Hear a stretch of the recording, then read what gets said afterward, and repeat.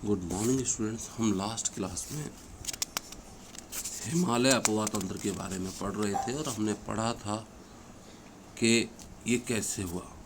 अब हम बात करेंगे हिमालय पर्वतीय अपवा तंत्र के विकास की कि ये कैसे हुआ।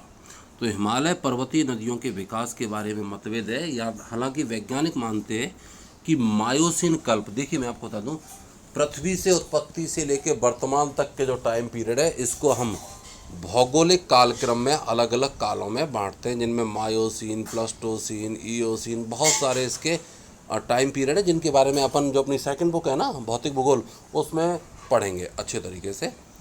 तो मायोसीन काल में जो कि लगभग आज से 2.4 करोड़ साल से लेकर 50 लाख वर्ष पहले तक का था, एक विशाल नदी थी जिसे शिवालिक या इंडो ब्रह्मा नदी कहते थे।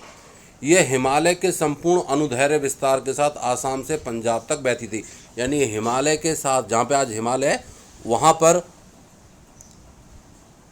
आसाम से लेके ये पंजाब तक बहती थी और अंत में निचले पंजाब के पास सिंधु की खाड़ी में जाकर अपना जल विसर्जित कर दी थी, यानी अरब सागर में जाके गिर जाया करती थी। अब शिवालिक पहाड़ियों की असाधारण निरंतरता और उसका सरोवरी उद्गम और उसका जलोढ़ निक्षेप से बना होना, जिसमें बड़ी मात्रा में रेत पाई जाती है, मृतिका पाई जाती है, चिकनी मिट्टी पाई जाती है, गोलाश्म पाए जाते हैं और कॉन्ग्लोमेरेट शामिल हैं, ये इस धारणा की पुष्टि करते हैं कि पहले ऐसा होता था, यहाँ पर एक इंडो ब्रह्मा नाम की नदी थी। ऐसा माना भी जाता है कि कालांतर में इंडो ब्रह्मा नदी 3 मुख्य उपवा तंत्रों में बट गई, जिनमें पश्चिम में सिंधु और उसकी 5 सहायक नदियाँ, और मध्य में गंगा और हिमालय से निकलने वाली इसकी सहायक नदियाँ, और पूर्व में ब्रह्मपुत्र का भाग व हिमालय से निकली वाली इसकी सहायक नदियाँ। तो विशाल नदी का इस तरह विभाजन संभवतः प्लास्टोसीन काल में हिमालय के पश्चिमी भाग में पोटबार के पठार, जिसको अपन दिल्ली रिज कहते हैं, के उत्थान के कारण से हुआ। क्यों उत्थान मतलब होता है ऊपर उठने के कारण से हुआ। यह क्षेत्र सिंधु व गंगा अपवा तंत्रों के बीच जल विभाजक बन गया। इसी प्रकार मध्य प्लास्टोसीन काल में राजमहल की पहाड़ियाँ और मेघालय के पठार के मध्य स्थित मालदा गैप का मतलब है अंतर, गैप का अधोक्षेपण हुआ, यानी वो नीचे धंस गया, जिससे गंगा और ब्रह्मपुत्र नदी तंत्रों का दिक् परिवर्तन यानी दिशा बदल गई और वे बंगाल की खाड़ी की ओर जाके प्रवाहित होने लगे। हिमालय तंत्र की नदियाँ, अगर अपन हिमालय तंत्र की नदियाँ की बात करें तो हिमालय तंत्र में अनेक नदी तंत्र हैं, जिनमें सबसे मुख्य नदी तंत्रियों के बात में अपन बात करेंगे। तो सबसे पहले अपन बात करते हैं सिंधु नदी तंत्र की। ये विश्व की सबसे बड़ी नदी द्रोणी में से एक है, और इसका क्षेत्रफल 11,65,000 वर्ग किलोमीटर है। भारत में इसका क्षेत्रफल 3,21,289 वर्ग किलोमीटर है। इसकी लंबाई 2,880 वर्ग किलोमीटर है और भारत में इसकी लंबाई 1,114 किलोमीटर है, बाकी की पाकिस्तान में है।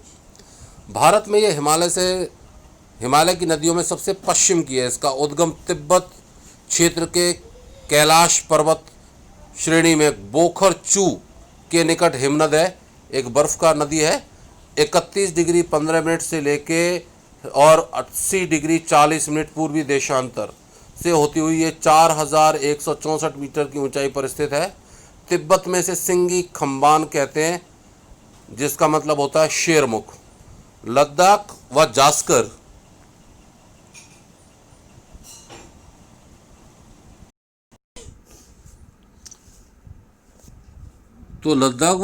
श्रेणियों के बीच से उत्तर पश्चिमी दिशा में बहती हुई ये लद्दाख और बल्तिस्तान से गुजरती है। लद्दाख श्रेणी को काटते समय ये नदी जम्मू और कश्मीर में गिलगित के समीप एक दर्शनीय महाखड्ड का निर्माण करती है। ये पाकिस्तान में चिल्लड़ है, ये चिल्लस लिख रखा है ना, ये चिल्लड़ है, के निकट दर्दिस्तान प्रदेश में प्रवेश करती है। सिंधु नदी की बहुत सी सहायक नदियां हिमालय पर्वत से निकलती हैं, जैसे शयोक, गिलगित, जस्कर, हुंजा, नुब्रा, शिगार, गस्टिंग व द्रास। अंत में ये नदी अटक के निकट पहाड़ियों से निकलकर बाहर निकलती है, जहां दाहिने तट पर काबुली नदी इसमें मिलती है। इसके दाहिने तट पर मिलने वाली अन्य सहायक नदियों में खुर्रम, तोची, गोमल, बिबुआ, संगर हैं। ये सभी नदियां सुलेमान श्रेणी से निकलती हैं, सुलेमान पहाड़ से निकलती हैं। यह नदी दक्षिण की ओर बहती हुई मिथिन कोट के निकट पंच नद का जल प्राप्त करती है। पंचनद नाम पंजाब की मुख्य 5 नदियां जिनमें सतलुज, ब्यास, रावी, चिनाब और झेलम को दिया गया है। अंत में सिंधु नदी कराची के पूर्व में अरब सागर में जाके गिर जाती है। भारत में सिंधु जम्मू और कश्मीर राज्य में बहती है केवल। झेलम जो कि सिंधु की अन्य सहायक महत्वपूर्ण नदी है, कश्मीर घाटी के दक्षिण पूर्वी भाग में पीर पंजाल गिरिपथ में स्थित बैरीनाग झरने से निकलती है। पाकिस्तान में प्रवेश करने से पहले नदी श्रीनगर और बुलूर झील से बहती हुई एक तंग और गहरे महाखड्ड से यानी गौर से गुजरती है। पाकिस्तान में झंग के निकट ये चिनाब में जाके मिल जाती है। चिनाब सिंधु की सबसे बड़ी सहायक नदी है। ये चंद्र और भागा 2 नदियों से मिलकर बनी है। ये सरिताएं हिमाचल प्रदेश में कोलांग के निकट तांडी में आपस में मिलती हैं, इसलिए इसे चंद्रभागा के नाम से भी जाना जाता है। पाकिस्तान में प्रवेश करने से पहले ये नदी 1180 किलोमीटर बहती है। रावी सिंधु की अन्य महत्वपूर्ण सहायक नदी है। हिमाचल प्रदेश की कुल्लू पहाड़ियों में रोहतांग दर्रे के पश्चिम से निकलती हैं और राज्य की चंबा घाटी में बहती हैं। पाकिस्तान में प्रवेश करने व सराय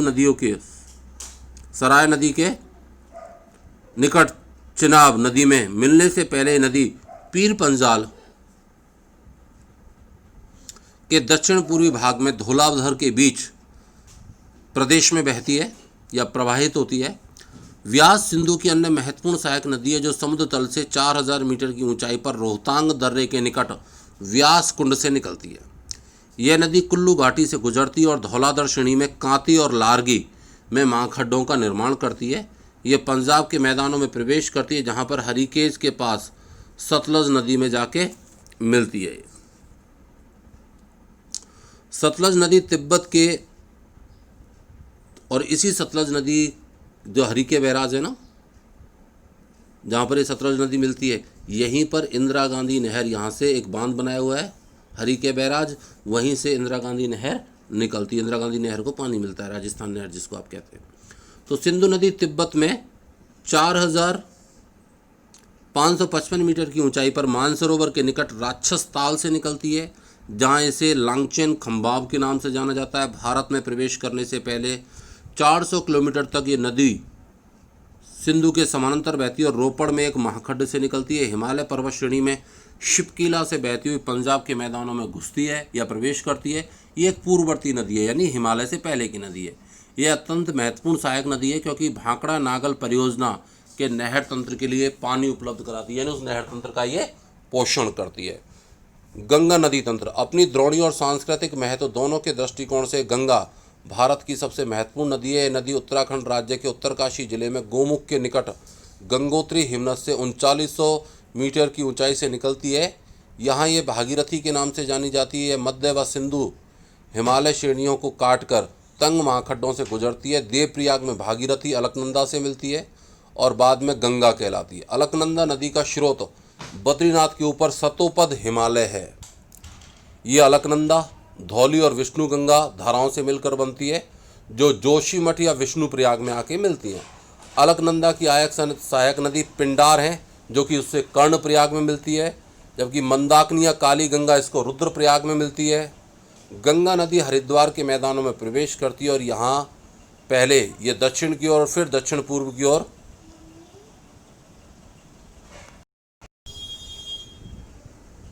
तो वहाँ से ये पूर्व की ओर बहती है और फिर अंत में दक्षिण मुखी होकर 2 जल वितरिकाएँ या धाराओं में भागीरथी और पद्मा में विभाजित हो जाती है। इस नदी की लंबाई 2525 किलोमीटर है। उत्तराखंड में 110 किलोमीटर, उत्तर प्रदेश में 1450 किलोमीटर, बिहार में 445 किलोमीटर और पश्चिमी बंगाल में 520 किलोमीटर का मार्ग तय करती है। गंगा द्रोणी केवल भारत में 8.6 लाख वर्ग किलोमीटर में फैली हुई है। यह भारत के सबसे बड़े अपवाह तंत्र हैं।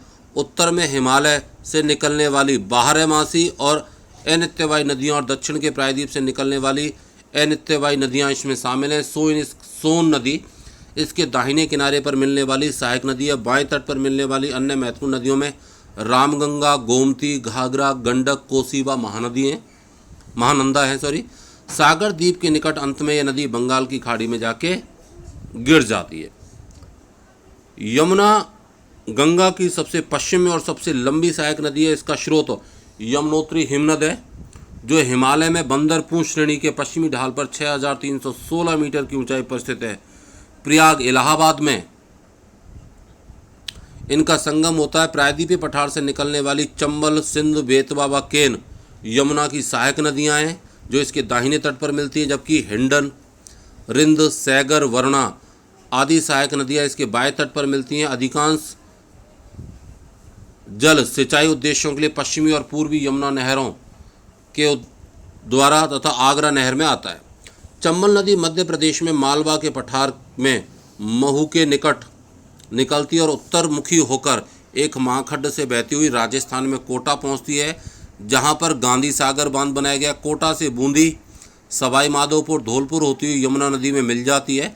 चंबल अपनी उत्खात भूमि यानी बीहड़ वाली भूआकृति के लिए प्रसिद्ध है, जिसे चंबल खड्ड या चंबल के बीहड़ कहा जाता है। गंडक नदी दो धाराओं में काली गंडक और त्रिशूल गंगा में मिलकर बनती है। यह नेपाल हिमालय में धौलागिरी व माउंट एवरेस्ट के बीच निकलती है और मध्य नेपाल को अपवाहित करती है। बिहार के चंपारण जिले में यह गंगा के मैदानों में प्रवेश करती है और पटना के निकट सोनपुर में गंगा नदी में जाके मिल जाती है। घाघरा नदी माप चाचुंगो हिमनद से निकलती है तथा तिला व सेती व बेरी नामक सहायक नदियों का जल ग्रहण करने के उपरांत यह शीशा पानी में गहरे माखड्ड का निर्माण करती हुई पर्वतों से बाहर निकलती है। शारदा नदी इसके मैदान में मिलती है और अंत में छपरा नदी में विलीन हो जाती है। कोसी एक पूर्ववर्ती नदी है जिसका स्रोत तिब्बत में माउंट एवरेस्ट के उत्तर में, जहां इसकी मुख्य धारा अरुण निकलती है। नेपाल में मध्य हिमालय को पार करने के बाद पश्चिम में सोन कोसी, पूर्व से तुमुर कोसी निकलती है। अरुण नदी से निकलकर यह सप्तकोसी बनाती है। रामगंगा नदी गैरसन के निकट गढ़वाल की पहाड़ियों से निकलने वाली अपेक्षाकृत छोटी नदी है। शिवालिक को पार करने के बाद ये अपना मार्ग दक्षिण पश्चिम दिशा की ओर बनाती है और उत्तर प्रदेश में नजीबाबाद के निकट मैदान में प्रवेश करती है और अंत में कन्नौज के निकट ये गंगा नदी में जाके मिल जाती है।